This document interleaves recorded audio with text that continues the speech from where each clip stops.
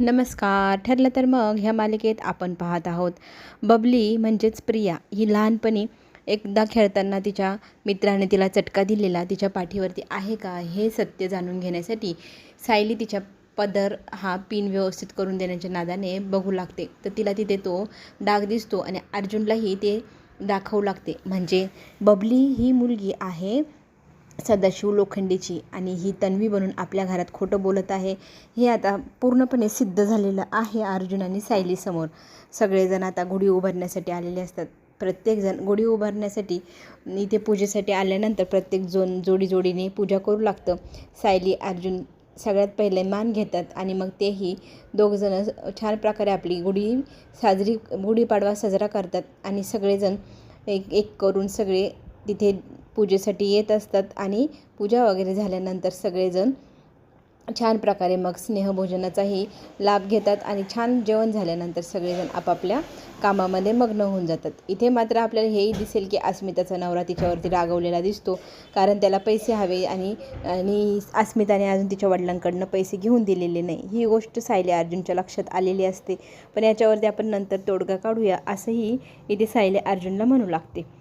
इकडे मात्र आपल्याला हे दिसेल की मैनावती फारच संतापलेली असते. कुठे आहे ती सायली? ती तर मला माझ्या मुलीचा खरा चेहरा दाखवणार होती, अजून कशी आली नाही म्हणून ती इथे जोरजोरात बोलू लागते. तर इथे सदा सांगत असतो की त्यांच्यावरती विश्वास ठेव, तुझ्या मुलीने जर तुला पैसे द्यायचे असते तर ते कधीच दिले असते. तू तुझ्या मुलीवर आंधळा विश्वास ठेवते. मी मरता मरता वाचलो आहे, त्या सायलीमुळेच वाचलो आहे, अर्जुनमुळे वाचलो आहे. ते तितक्यातच तिथे अर्जुन पोचतो आणि अर्जुनलाही ती जाब विचारू लागते की कुठे आहे तुझी बायको? तिथं मला माझ्या मुलीचा खरा चेहरा दाखवणार होती ना.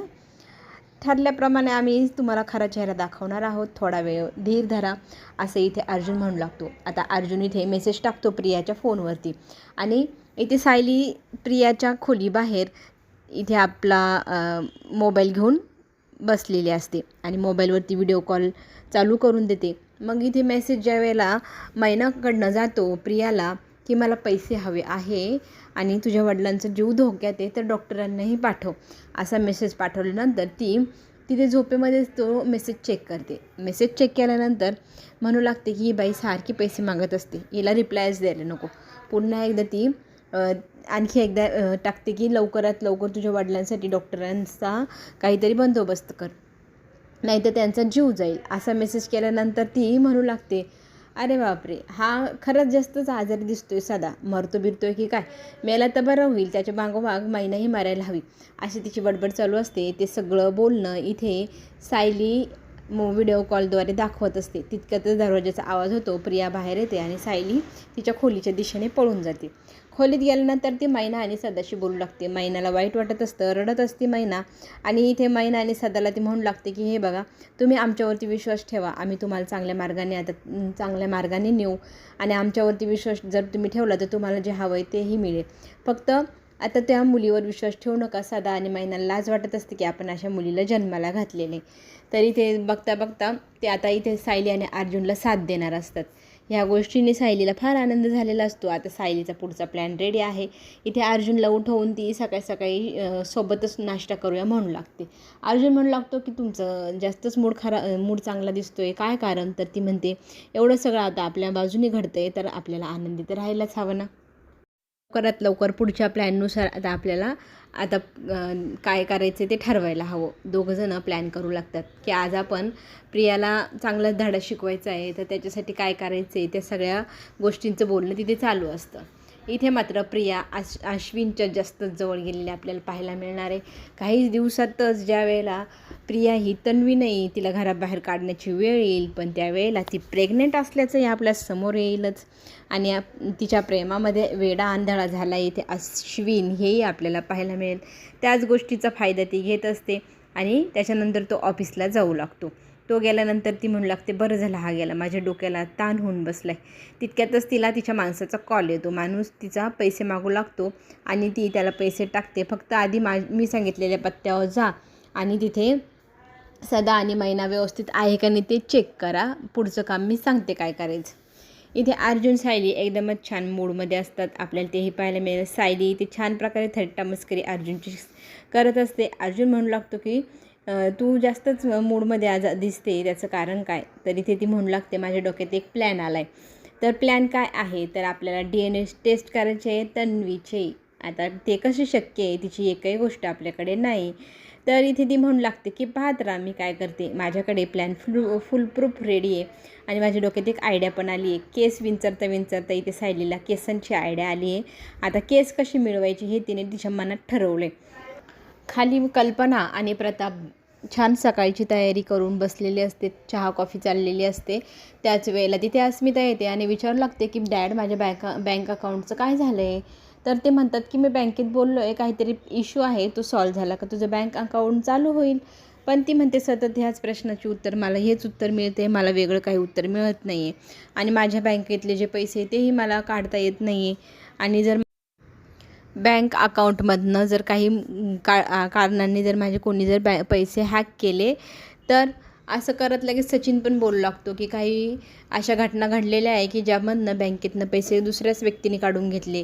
मग असं जर हिच्या बाबतीत झालं तर लगेचच अस्मिता म्हणते मला माझे पैसे हवे. तर अर्जुन येतो आणि म्हणतो तुलाच हवे की तुझ्या नावाखाली दुसऱ्या कोणाला हवे आहे.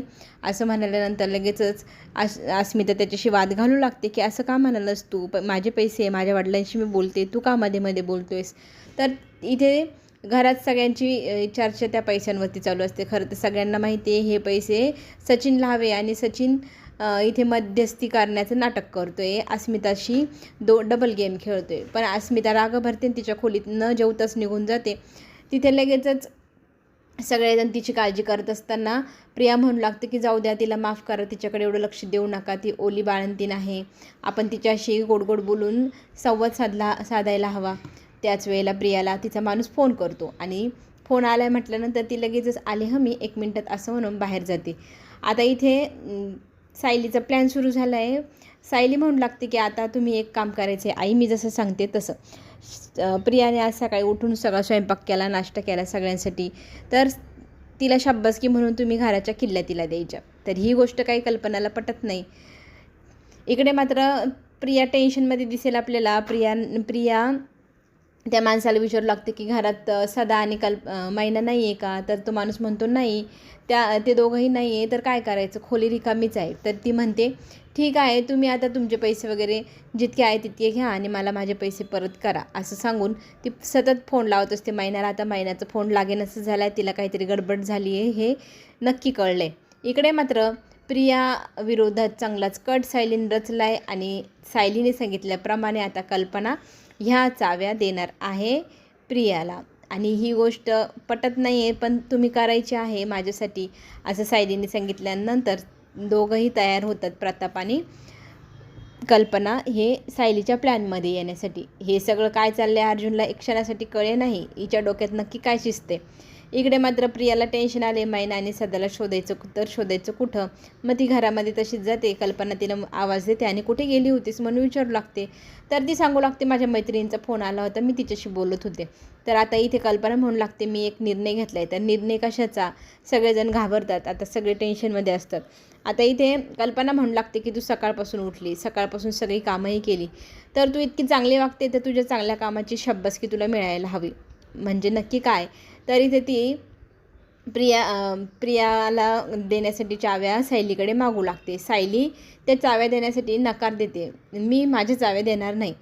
आणि इथे कल्पना म्हणू लागते की आपल्याला पूर्ण अजून काय सांगितलं आहे, कोणी जर चांगलं काम केलं तर त्याला त्याची जबाबदारी कळायला हवी, त्याची शाब्बासकी मिळायला हवी. आता तिला जास्त जबाबदाऱ्या कळाव्या म्हणून मी हा निर्णय घेतला आहे तिला चाव्या देण्याचा. तर सायली तू चाव्या गुपचूप माझ्याकडे दे, असं म्हणत कल्पना तिच्याकडनं चाव्या घेते आणि त्या चाव्या प्रियाला देऊ करते. तिथे वाद घालताना सायली आपल्याला दिसते. मी ह्या चाव्या तिला देणार नाही, तिची लायकीच नाही ह्या चाव्या स्वतःजवळ ठेवण्याची, असंही सायली म्हणू लागते. इथे दोघींमध्ये वाद वाढू लागतो. आता प्रियाचं म्हणणं असतं घरातले सगळेजण माझ्यावर विश्वास ठेवत आहे, कल्पनाही विश्वास ठेवते, सगळेजण ठेवत आहेत, तर सायली तुला काय प्रॉब्लेम आहे, तू माझ्यावर जास्तच जळते बरं का, असं म्हणत तिच्यासोबत ती वाद घालत असते.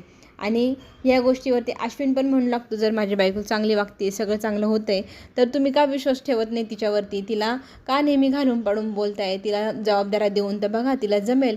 कल्पनाही या गोष्टीवरती एकदम सहमत असते. कल्पना म्हणते बघ सायली, तिला जबाबदाऱ्या दिल्या तर ती जबाबदारीने वागेल, सगळं काही व्यवस्थित सांभाळेल, तिजोरीच्या चाव्या पण तिला द्यायला हव्या. ह्या गोष्टीने ती प्रिया भावूक होते आणि म्हणते, किती तुम्ही माझ्यावर विश्वास ठेवला, खरंच आई मला ना तुमचं फार अभिमान आहे असं म्हणू लागते आणि गोड गोड सासू सासऱ्यांशी बोलू लागते. ही सगळी काय भानगड आहे हे काही कळेना. अश्विनला मात्र आनंद होतो की आपल्या बायकोवरती एवढा विश्वास घरच्यांनी ठेवला आहे आणि घराच्या किल्ल्याही दिलेल्या आहे. प्रिया मात्र इतकी आनंदी होते का आईवडिलांच्या नमस्कार करून आशीर्वादही घेते. सायली मात्र आता संतापते. सायली तिच्या हातातनं चाव्या खेचू लागते आणि म्हणू लागते की ह्या चाव्या सांभाळण्याची ती लायकीची नाही आणि मी ह्या चाव्या तिला अजिबात घेऊ देणार नाही. दोघीजणी एक लहान मुली कशा भांडतात तसं भांडू लागतात. तू ना लहानपणापासून माझ्यावरती जळत आलेली आहे सायली, तू नेहमीच माझ्या बाबतीत पार्शलिटी करते. मी आता ह्या चाव्या तुला देणार नाही असं प्रिया म्हणत असताना सायलीने तिच्या हातातनं त्या चाव्या काढून घेतल्या. आता प्रिया इतकी हायपर झालेली आपल्याला दिसेल इथे, ती लगेच धक्काबुक्की करू लागते सायलीला. ह्या चाव्या आता आईंनी मला दिल्या, त्या माझ्या झाल्या, दे माझ्याकडे असं म्हणत दोघीजणींचा वाद इतका शिकेला पोचलेला आपल्याला पाहायला मिळणार. दोघीजणी एकमेकींना मारू लागतात, त्या एकमेकींचे केस ओढू लागतात. हे सगळं प्रकरण झाल्यानंतर अर्जुन सायलीला घेऊन खोलीत जातो. तर ती म्हणते, बघा माझ्याकडे काय आलं आहे, केस आले, आपल्याला DNA करता येईल आता मैना आणि प्रियाची. चला तर मग पुढे मोठा ट्विस्ट पाहायला मिळणार आपल्याला.